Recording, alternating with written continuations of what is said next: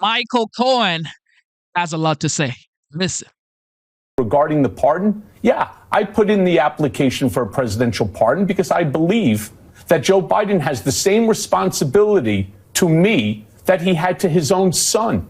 And I would expect that the same exact pardon that he gave his son has to go to me and to anybody else that's on that enemies list, whether they want it or not. Because I assure you, solitary confinement where I did 51 days sucks.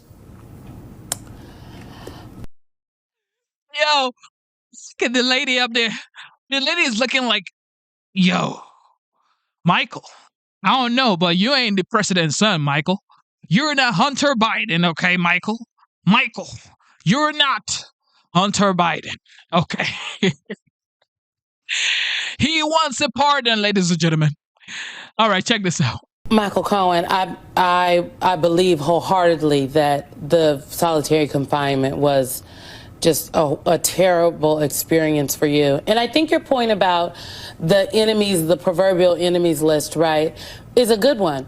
I wonder, have you heard anything back from the administration?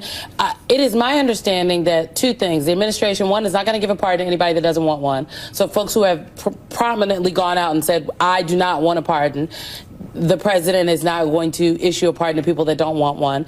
But two, they'll change their mind when they're sitting behind closed doors. They'll change their minds when they're sitting behind closed doors. That's for sure. Because you don't want to be in there, bro. You do not want to be where Michael was for 50-something days. Okay? Look at his face. This is a serious man that do not want to go back. He does not want to go back, ladies and gentlemen. He does not want to go back because he knows, yo, when the OG comes back into power, which will be in 7 days, anybody can get it.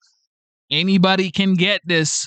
This is F around and find out. You going to get some of this smoke. That I can assure you, they're going to kick themselves in the backside for that one. I think hindsight will always be 20/20. I guess my question is, have you heard from the Biden administration? And I am struck by your comparing yourself and Hunter Biden. And I wonder if, well, I'm going to just tell you, Michael Cohen, we're on national TV, we have a conversation. I don't necessarily think that's your best way to go get a pardon. I mean, Hunter Biden is the president's last surviving son. But your other point, why I do think is a strong one. I'm somebody's son also, by the way. Agreed. You are some. Remember when Joe Biden said he wasn't going to pardon his son, that he believed in the justice system, he believed in the jury of his peers? Later on said, you know what?